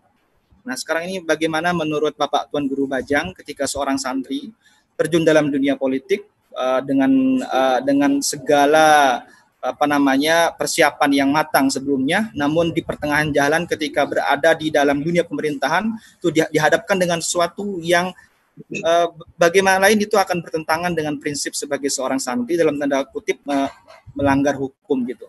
Mungkin bisa kami minta penjelasan dari pengalaman Bapak Tuan Guru Bajang, monggo. Ya, prinsipnya sih jangan melanggar hukum ya. Kalau yang namanya hukum itu kan sesuatu yang sudah dinormakan ya, sudah dinormakan, ada pasal-pasalnya, bentuk-bentuk yang melanggar hukum itu kayak apa. Nah, jangan dilakukan gitu. Menurut saya sih kuncinya itu. Jadi jangan dilakukan. Ini bicara melanggar hukum ya, itu satu. Jadi jangan melakukan hal-hal yang melanggar hukum dalam keadaan apapun. Nah, itu sebabnya kalau kita berpolitik itu kan, misalnya pengalaman saya ya, itu kebijakan-kebijakan itu kan ada tertibnya ya, ada tertib normanya, tertib administrasinya, tertib prosedurnya, dan segala macam. Nah, kalau kita sudah melakukan itu, maka mau difitnah kayak apapun, kita tetap tenang saja. Mau dipertanyakan seperti apa ya, kita tetap tenang karena kita sudah memegang kunci dari hal yang terpenting ya, bahwa kita mengikuti semua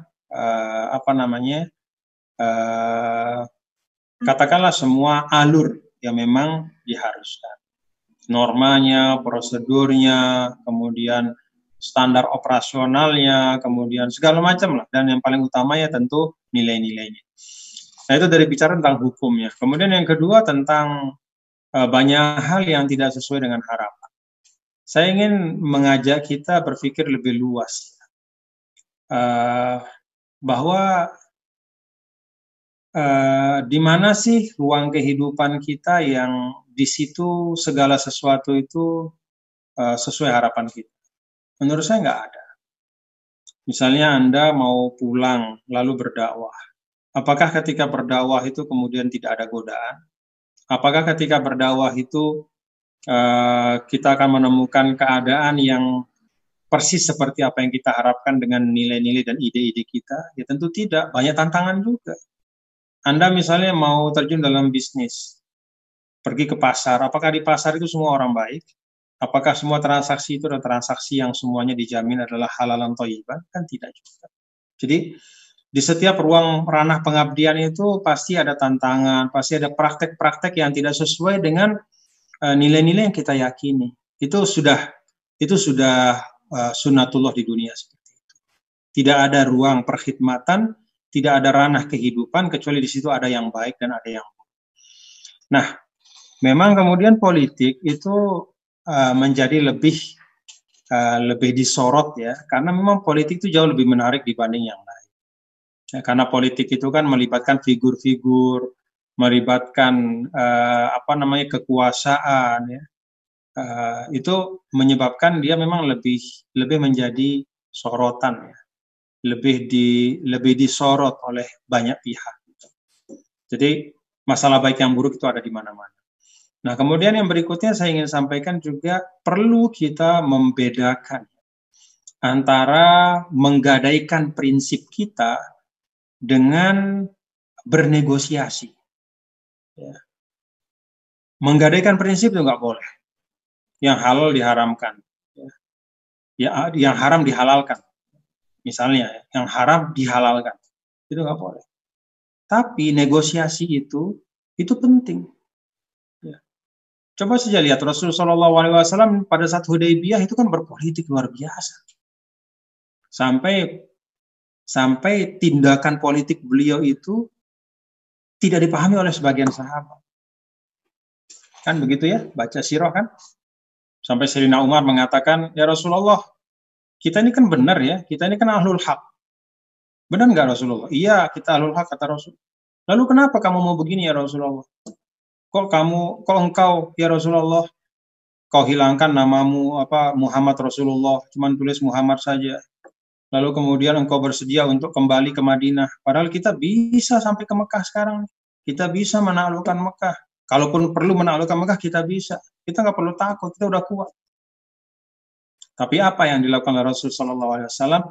Beliau mengambil kebijakan politik ya, yang ternyata manfaatnya luar biasa. Jadi jangan salah, jangan mengatakan, wah Nabi tidak punya prinsip. Kok Nabi mau berunding dengan orang Quraisy itu gitu. Sampai kata Rasulullahnya dibuang segala macam, mau diikuti apa yang diminta oleh orang Quraisy. Nah, jadi ini satu ilustrasi ya bahwa beda antara menggadaikan prinsip dengan bernegosiasi untuk kepentingan yang lebih besar di masa yang akan datang. Dan buktinya apa? Kan antum baca semua itu, Anda baca semua dalam sirah ya. Bagaimana 1,5 tahun dari Hudaybiyah, pada saat Hudaybiyah itu ada 1.400-an sahabat bersama Rasul. 1,5 tahun berikutnya ketika Fathu Makkah itu 10.000. Apa artinya?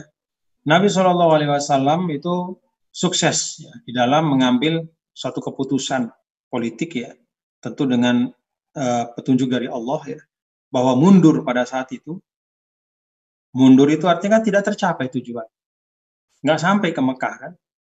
Mundur. Ya, sebagian sahabat mengecam keberatan, menganggap bahwa mundur ini suatu kekalahan.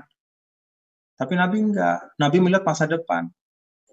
Nah, begitu terjadi perdamaian Hudaybiyah, kan Rasul kemudian bisa mengirim surat-surat ke semua raja-raja, bisa mengirim dai-dai kemana-mana. Kemudian orang-orang Arab juga banyak datang ke Madinah karena ada perdamaian. Sebelum Hudaybiyah situasi perang. Yang namanya perang, mana ada orang berani datang ke Madinah? Takut. Yang namanya situasi perang, dakwah itu nggak bisa berjalan dengan baik. Hidayah Islam itu, tuntunan Islam nggak bisa disampaikan dengan baik. Maka Nabi perlu perdamaian. Jadi istilahnya Nabi bersedia untuk tidak tidak meneruskan perjalanan ke Mekah, tapi beliau mendapatkan sesuatu yang lebih mahal dari itu. Lebih berharga apa itu? Perdamaian. Dengan perdamaian inilah kemudian dalam 1,5 tahun itu berlipat jumlah umat Islam. Orang Arab yang masuk Islam itu meningkat dengan drastis. Nah ini penting ya bagi kita semua kalau kita bicara tentang membangun masyarakat, kita bicara tentang dakwah, kita bicara tentang proses perubahan, itu semua perlu waktu. Dan itu memerlukan visi jangka panjang. Jadi jangan kayak tukang bakso. Apa ya tukang bakso itu? Tukang bakso itu malam dia olah, paginya dia jual, siang dia sudah untung. Dakwah itu tidak seperti itu. Dakwah itu kerjaan jangka panjang dari generasi ke generasi. Termasuk politik juga bagian dari itu. Maka jangan cepat-cepat kita mengecam misalnya kalau ada suatu kebijakan misalnya dari politisi Muslim misalnya atau dari kelompok Islam di parlemen, kelihatan mereka itu misalnya tidak sepenuhnya sesuai dengan harapan kita yang bisa mendesakkan sesuatu. Tunggu dulu. Bisa jadi mereka sedang merancang suatu suatu upaya jangka panjang sehingga misalnya nilai-nilai yang diperjuangkan itu bisa nantinya bisa terwujud. Jadi itu semua proses. Nah, yang ingin saya katakan adalah bahwa jangan alergi dengan politik ya. Dan ya kita pasti menemukan tantangan apapun. Kuncinya yang pertama kalau terkait hukum ya jangan melanggar hukum. Yang kedua selalu punya visi jangka panjang sehingga kita tidak tersendat atau tidak berhenti hanya pada 1-2 peristiwa. Begitu ada satu peristiwa begini kita berhenti di situ dan selesai di situ, jangan, terus saja. Ya ada visi jangka panjang sebagaimana Rasulullah SAW mengajarkan ya, ketika Hudaybiyah dulu mundur dengan mendapat sesuatu yang sangat berharga yaitu perdamaian. Nah, kalau misalnya dalam konteks dulu saya diamanahkan sebagai gubernur juga, ya kalau bicara tentang tantangan ya banyak sekali. Dan fitnah juga banyak sekali, tapi ya kita punya cita-cita. Bagaimana, kalau dalam konteks saya dulu ya bagaimana NTB itu daerah yang mayoritas Muslim. Di kiri kanannya di Apit, di kanan itu ada teman-teman yang Hindu. Di kiri itu ada teman-teman yang banyak Nasrani, NTT, ada Bali, ada NTT, NTB di tengah. Salah satu yang menjadi motivasi saya adalah bagaimana ini daerah mayoritas Muslim, harus maju. Jangan sampai nanti ada orang mengatakan tuh, ada berderet 3 daerah, ternyata daerah Muslim itu yang paling mundur, saya nggak mau. Maka kita bangunlah NTB dengan sekuat-kuatnya, dengan bersinergi semua, dengan semua tantangan-tantangannya. Jadi kita letakkan berpolitik itu dalam konteks seperti yang disampaikan oleh Abul Baqa dalam Al-Kulliyat itu istislahul khalqi. Jadi upaya supaya meningkatkan taraf hidup masyarakat, ekonomi bisa bertambah baik. Kalau ekonomi bertambah baik, insya Allah rumah ibadah akan semakin ramai. Insya Allah masjid-masjid akan semakin banyak. Karena kan masjid dibangun dengan hasil-hasil ekonomi masyarakat. Jadi dunia akhirat itu bisa berputar dan bisa semakin maju kalau kita bisa menjalankan politik yang baik. Wallahu a'lam bishawab.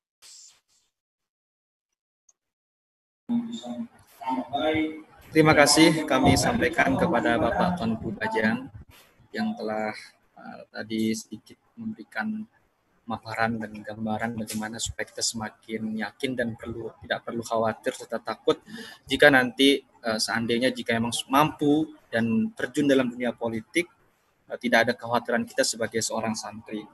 Ini Bapak Tuan Guru Bajang ada pertanyaan yang kami saring di akun Instagram PPI Hadromaut. Dari sekian banyak pertanyaan kami ambil satu sebelum nanti pertanyaan akan kami buka untuk para peserta yang hadir pada webinar malam ini. Satu saja. Sebentar loh, kita nih selesai jam berapa nih? Insya Allah 2 jam tadi kita mulai pukul 3, sekarang sudah pukul 4:22 di Yaman. Tinggal 30 menit lagi. Jam lagi ya? Nah, jam lagi. Betul. Ini hukum fikih politik apa yang Rasulullah SAW terapkan pada sahabat dan umatnya sehingga sampai saat ini Islam masih tetap eksis seperti apa yang kita telah lihat pada saat ini. Ini pertanyaan dari saudara Rifki Rahmanda. Hukum fikih politik apa yang Rasulullah Shallallahu Alaihi Wasallam terapkan pada sahabat dan umatnya sehingga sampai saat ini Islam masih tetap eksis. Ya. Monggo Pak Penduduk aja. Saya respon langsung. 6. Kalau ditanya hukum fikih politik apa, saya agak ini ya, ini perlu dijelaskan pertanyaan maksudnya apa gitu. Kalau maksudnya adalah sistem apa, gitu, sistem politik apa. Ya kalau kita dalam perjalanan umat Islam ini kan punya banyak sistem ya. Dulu ada khilafah, kemudian juga belakangan juga ada kesepakatan-kesepakatan seperti jumhuriyah, republik, mamlakah kerajaan, imaroh atau keamiran atau sultanah, kesultanan. Itu nggak masalah semuanya. Sepanjang itu merupakan kesepakatan bersama dan di dalamnya umat Islam bisa melaksanakan ajaran-ajaran Islam dengan baik. Jadi tidak masalah ya kalau tentang sistem politik ya. Kita di Indonesia misalnya kita punya kesepakatan berbangsa NKRI yang kita sebut ya, Negara Kesatuan Republik Indonesia. Ini kesepakatan wajib kita jaga. Dan kata Nabi, al-muslimun ala syurutihim, ya. Apa yang sudah kita sepakati itu wajib kita bela. Wajib kita bela dan kita jaga dengan sekemampuan kita, lahir batin kita. Di negara yang lain ada misalnya di Saudi ya kesepakatan mereka mamlakah, ya silahkan ya kerajaan. Misalnya di Brunei itu sultanah, kesultanan. Di Emirat misalnya itu imaroh, keamirannya silakan saja. Kita itu republik. Ya, jadi ini kesepakatan-kesepakatan negara-negara Islam, negara-negara Muslim yang sesuai dengan keadaan masing-masing dan semua harus menghormati satu sama lain. Nah, itu kalau tentang sistem politik. Jadi tidak ada sistem politik, satu sistem politik yang harus seperti itu nggak ada. Ya. Silakan kita bangun kesepakatan masing-masing. Yang penting itu tadi, definisi politik itu dalam Islam itu bisa tercapai. Ab'ad ila sholah, aqrab ila sholah, wa ab'ad ila fasad, atau istislahul khalqi. Itu kalau pertanyaan tadi tentang sistem politik, sistem pemerintahan. Tapi kalau pertanyaan tentang hukum fikih, itu mungkin kita bisa lihat ya dari perjalanan Rasul Shallallahu Alaihi Wasallam bahwa beliau itu selalu memberikan prinsip-prinsipnya, panduan-panduan. Dan itu panduan-panduannya sebenarnya tidak hanya untuk politik ya, tapi dalam banyak hal. Misalnya kalau Nabi SAW menyampaikan ad-doror yuzal, segala macam kemudaratan harus dihilangkan. Ya kalau implementasi politiknya apa?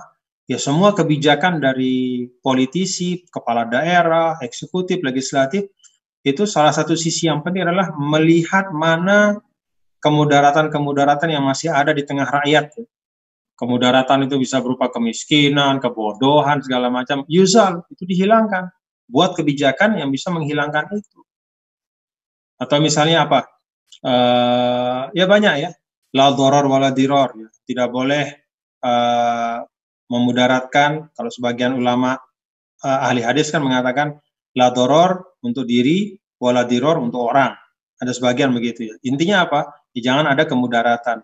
Jadi jangan memudaratkan orang lain ataupun diri sendiri. Nah demikian pula kalau kita implementasikan ke politik artinya apa?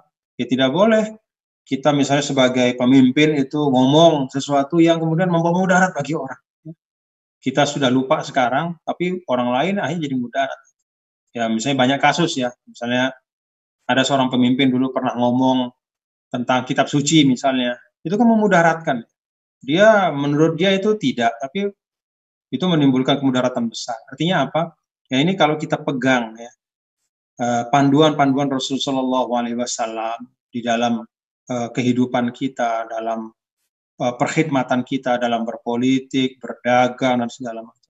Misalnya panduan untuk jujur, itu kan sebenarnya tidak hanya untuk pedagang kan, at-tajirul aminus saduq, pedagang yang amanah dan jujur. Itu at-tajir bisa diganti dengan asyasi al-aminus saduq, politisi yang amanah dan jujur, itu bisa. Al-mudarris, al-muallim, al-aminus saduq, bisa juga. Pendidik yang amanah dan jujur. Karena ada juga pendidik yang tidak amanah. Ada guru yang tidak menunaikan kewajibannya, dan seterusnya. Artinya apa? panduan Rasulullah SAW itu berlaku untuk seluruh aspek kehidupan, termasuk untuk perkhidmatan dalam ranah politik. Kita pegang saja itu, insya Allah selamat.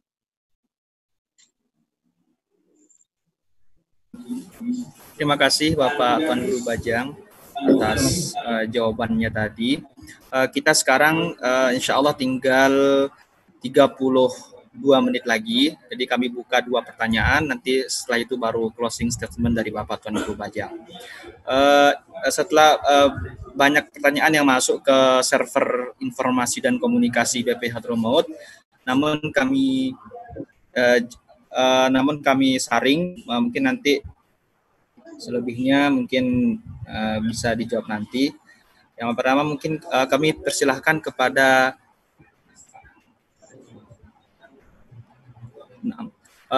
kita akan kasih kesempatan kepada saudara Muhammad Azam Muttaqi dari Kuwait ya, dari PPI Kuwait.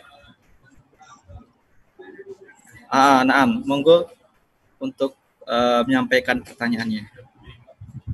Muhammad Azam Muttaqi di Kuwait. Oke, silakan. Tes, masuk. Oke. Masuk. Bismillahirrahmanirrahim. Assalamualaikum Kiai. Assalamualaikum warahmatullahi wabarakatuh. Gimana kabarnya Kiai? Alhamdulillah baik. Baik. Perkenalkan, nama saya Muhammad Azam Muttaqi, berasal dari Sukabumi, sekarang berdomisili di negara Kuwait untuk belajar program bahasa Arab di Kuwait University.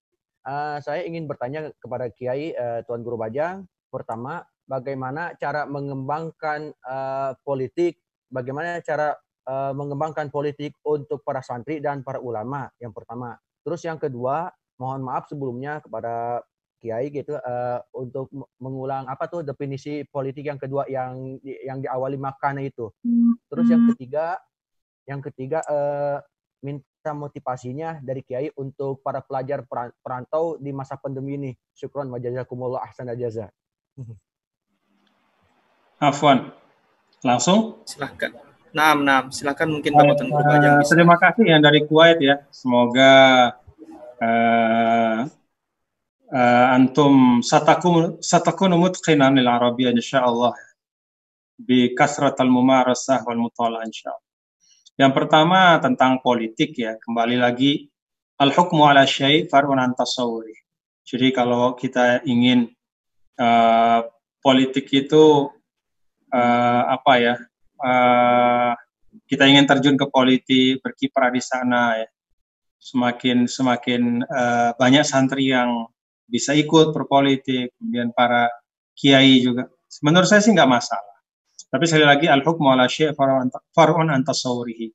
Jadi menghukumkan sesuatu itu adalah cabang dari memahaminya. Jadi perlu sekali kita memahami tentang tentang esensi politik itu, dan itu tercermin dari definisi tadi. Sehingga jangan sampai ada misalnya santri, saya mau berpolitik lah, saya mau jadi anggota legislatif supaya kaya. Itu udah salah.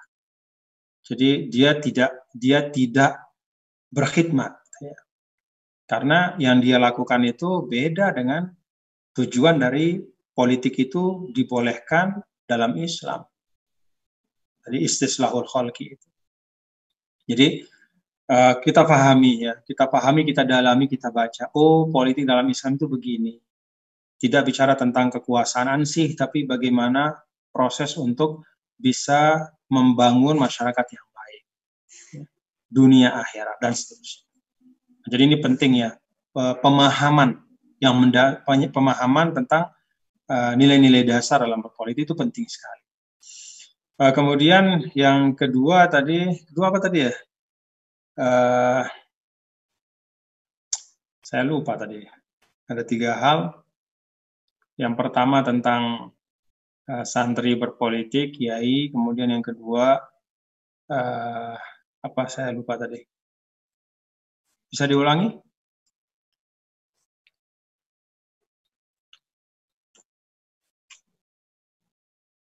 Silakan server untuk menghidupkan.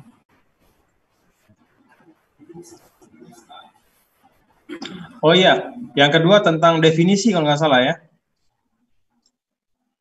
Ya, saya tadi mengutip salah satu definisi dari ulama, yaitu Ibnu Aqil Al-Hambali ya. Itu yang menyampaikan bahwa as-siyasatu makana minal af'al bihaitsu yakunun nasu ma'ahu aqraba ila shalah wa ab'ada anil fasad. Wa illam yashra'hu Rasulullah sallallahu alaihi wasallam wala nazala bihi wahyu. Politik adalah segala tindakan yang dengannya manusia bisa lebih dekat kepada kebaikan, lebih jauh dari keburukan, walaupun tidak pernah disyariatkan langsung oleh Rasul Shallallahu Alaihi Wasallam dan tidak pula ada ayat Al-Quran secara khusus tentangnya. Jadi kira-kira seperti itu. Holas ya? Cukup ya, Mas Muhammad Azam. Oh ya. Oke, insyaallah. Lanjut dari Saudara Fahri Ahmad. Saudara Fahri Ahmad, silahkan.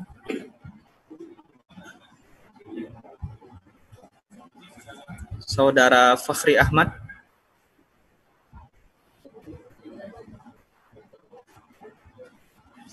Diangkat tangan.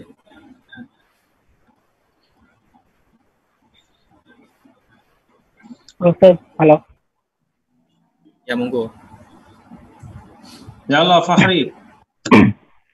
Assalamualaikum, Kiai. Waalaikumsalam warahmatullahi wabarakatuh. Pertanyaan Al-Fajir, bagaimana kita menyikapi ulama yang jika mereka berbeda dalam pandangan politik, apa yang harus kita lakukan agar tetap bisa tidak menyalahkan satu pihak dan membenarkan satu pihak yang lainnya? Dan mana yang harus kita ambil? Mungkin itu saja, Pak Kiai. Baik, langsung ya. Jadi terima kasih Fahri. Sekali lagi tadi perbedaan itu adalah sunnatullah. Yang tidak boleh adalah tafarruq wa tanazu'. Jadi yang tidak boleh itu adalah terpecah belah dan saling memusuhi. Nah, demikian pula ya, kan sebenarnya perbedaan pandangan tadi saya sebut ya, di fikih itu banyak sekali. Misalnya Fahri mengikuti mazhab Syafi'i. Apakah kemudian berarti Fahri memusuhi Imam Hambali? Kan tidak. Jadi kita memilih di tengah perbedaan itu, apa yang menurut kita dengan batas ilmu kita itulah yang lebih tepat dalam batas ilmu kita. Sama juga dalam politik. Jadi menyikapi misalnya perbedaan di kalangan tokoh agama tentang satu isu politik tertentu. Ya. Yang pertama perlu kita ingat bahwa politik itu bukan pokok agama. Satu, sehingga tidak boleh kita saling mengkafirkan gara-gara beda pendapat. Yang kedua, bahwa politik itu muamalah, bukan ibadah. Ya. Sehingga ada ruang memang yang dimungkinkan untuk perbedaan pendapat, ada ruang yang dimungkinkan untuk kita harus berlapang dada. Jadi kalau ada perbedaan pendapat, kita hormati semua. Dan silahkan Fahri misalnya melihat bahwa ini menurut saya ini yang lebih cocok menurut saya, lebih dekat kepada kemaslahatan umat, lebih dekat kepada kemaslahatan bangsa, lebih dekat kepada menjaga persatuan dan seterusnya. Jadi kalau sudah masuk kepada wilayah politik yang sangat ijtihadi, itu bisa kita gunakan hadis Rasulullah SAW, istafti kolbak. Jadi kembali kepada hati kita masing-masing. Tapi ingat, dengan tanpa mendiskreditkan, menghina, atau menghujat orang yang berbeda pandangan dengan kita. Wallahu a'lam bishawab. Terima kasih kami sampaikan kepada Bapak Tuan Guru. Melihat waktu yang terus berjalan dan insya Allah ini tersisa tinggal 10 atau 12 menit lagi, maka mungkin kami langsung persilahkan kepada Bapak Tuan Guru Bajang untuk menyampaikan closing statement mengenai tema kita pada malam hari ini. Terima kasih. Jadi saya senang bisa silaturahim dengan adik-adik semua ya, para santri. Di closing statement itu saya hanya ingin menyampaikan apa yang Imam Mawardi pernah sampaikan. 6 hal yang menurut beliau itu penting sebagai ciri ya, masyarakat yang baik, yang bagus, yang berkah. Yang pertama itu dinun muttaba. Jadi ada agama yang efektif. Agama yang efektif itu artinya agama itu hidup di tengah masyarakat. Tidak hanya sekedar Islam, mengaku Islam tapi muamalah Islam tidak dilaksanakan, ibadah Islam juga tidak ditunaikan. Jadi dinun muttaba, agama yang hidup di tengah masyarakat. Jadi ada agama, nilai-nilai agama yang dihormati. Yang kedua, sultanun qahir, ada pemerintahan yang efektif. Jadi pemerintahan yang bisa mengarahkan antara pemerintah dengan rakyat itu saling menghormati. Pemerintah juga kelihatan dia memiliki kewibawaan dan memiliki kebijakan-kebijakan yang bisa mengarahkan kepada kebaikan. Nah, kita berdoa mudah-mudahan di tempat kita, ya di negara kita, di daerah kita juga seperti itu ya. Kita berdoa seperti itu. Kemudian yang ketiga itu adlun syamil. Adlun syamil itu artinya keadilan yang melingkupi semua. Ya. Jadi keadilan yang tidak hanya terasa oleh sebagian, tapi semua merasakan nilai keadilan. Yang keempat itu amnun am. Ada rasa aman yang bisa dinikmati oleh semuanya. Orang keluar dari rumahnya itu merasa tenang, tidak khawatir. Bahkan diibaratkan kalaupun misalnya lupa mengunci pintu pun tidak khawatir ada pencuri masuk ke rumah.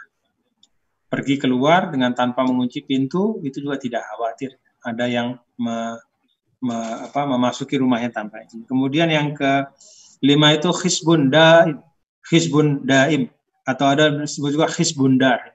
Hizbun daim itu artinya ada ekonomi. Ada ekonomi. Hizbun itu kan kesuburan ya. Kesuburan itu mencerminkan pertanian, tapi sesungguhnya itu menggambarkan aktivitas ekonomi. Yang darun atau daim. Darun itu artinya yang beredar, berputar. Jadi ada aktivitas ekonomi yang produktif.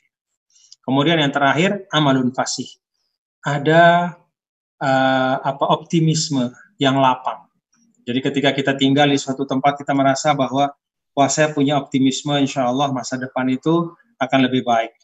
Wah, saya optimis bahwa saya bisa berkiprah di tempat saya bisa berkiprah di negara ini, saya bisa berkiprah di daerah saya bisa berkhidmat menjadi orang yang bermanfaat di semua. Nah, ketika ada optimisme ini, maka insya Allah tempat itu menjadi tempat yang baik. Agama yang hidup, pemimpin yang efektif, kemudian keadilan yang terasa oleh semua, kemudian rasa aman yang dinikmati oleh siapapun, bahkan oleh bukan hanya manusia tapi semua makhluk Allah. Kemudian ada ekonomi yang bergerak dengan baik, kesuburan yang menghadirkan kemanfaatan untuk sebanyak-banyaknya manusia yang ada di situ dan makhluk Allah yang lain. Kemudian ada optimisme yang tetap ada dalam diri kita. Nah, ini 6 hal yang saya ingin sampaikan pengingat bagi kita dan menjadi sesuatu yang pantas untuk kita perjuangkan ya, sebagai bagian dari santri dan generasi muda Indonesia ya, dalam ranah perkhidmatan apapun, mau politik atau apa. Terima kasih. Mudah-mudahan pertemuan kita diberkahi Allah Subhanahu wa taala dan selamat untuk teman-teman PPI Hadramaut, yang ada juga PPI Kuwait dan yang lain-lain belajar dan kembali kepada mukadimah yang saya sampaikan tadi. Ketika putra-putri terbaik Indonesia belajar di Timur Tengah, maka mereka tidak hanya belajar tentang Islam, tapi juga belajar tentang komitmen kebangsaan. Terima kasih. Assalamualaikum warahmatullahi wabarakatuh. Mohon maaf kalau ada kekurangan. Waalaikumsalam warahmatullahi wabarakatuh. Bapak Tuan Guru Bajang. Iya. Bapak Tuan Guru, terima kasih atas closing statement-nya. Tadi dari teman-teman dari PPI Hadramaut minta bahwasanya bagaimana kesan atau Bapak Tuan Guru melihat pelajar-pelajar Hadramaut saat ini.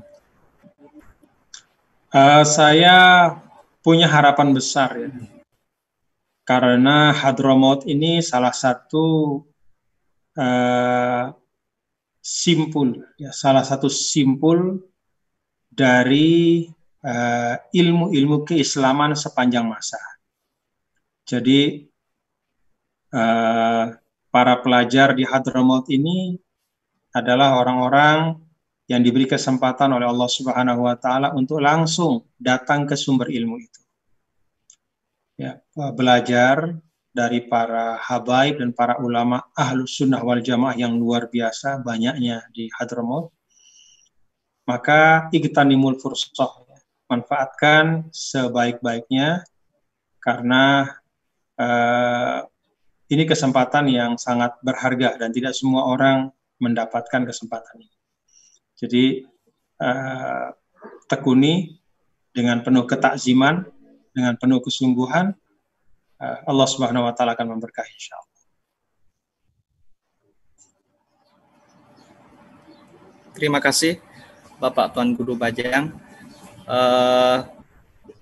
Dengan berakhirnya tadi closing statement dari Bapak Tuan Guru Bajang, maka berakhir pula acara kita pada malam hari ini, dan kami meminta maaf kepada peserta yang tidak bisa kami sampaikan pertanyaannya karena berhubung waktu yang begitu sangat terbatas, jadi kami hanya bisa mengambil 2 pertanyaan dari sekian banyak pertanyaan yang masuk ke server kami.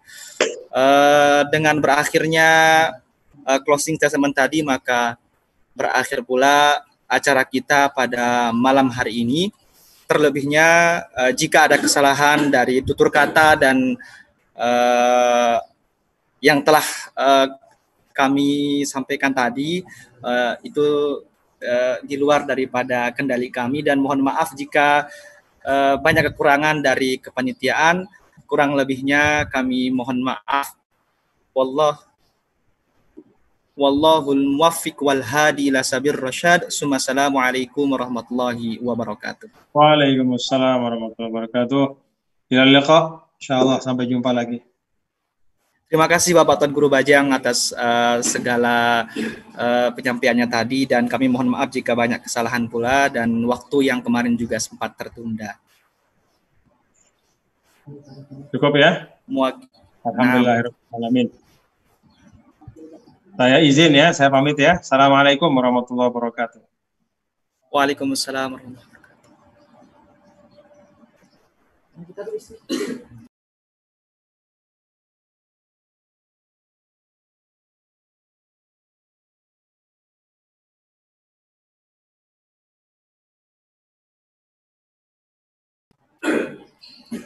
Terima kasih kepada peserta yang sudah mengikuti webinar internasional WP Hadramaut pada malam hari ini. Jika ada kesalahan dari tutur kata, kami mohon maaf yang sebesar-besarnya. Sekarang bisa live dari room kita.